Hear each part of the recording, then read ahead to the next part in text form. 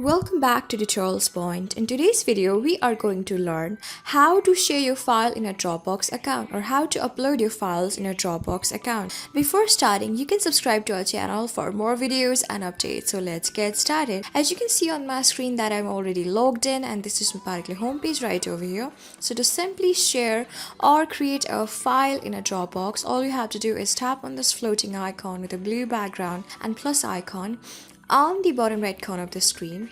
This will take you to various options: upload photos or videos, or create or upload file. Tap on create or upload file. Now you can simply upload a paper or text file or upload files. I'm going to tap on upload files.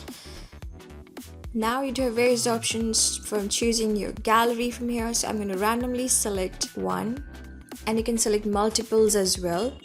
So you can see that simply on tapping on it, my image has been uploaded. This is a particular file which has been simply uploaded, and even tapping on it, you can upload some videos as well by simply doing the same process. So I'll tell you how to do it by randomly selecting one of the videos.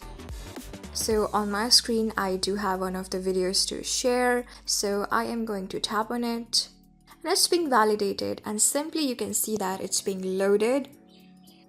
And it has been shared on my Dropbox.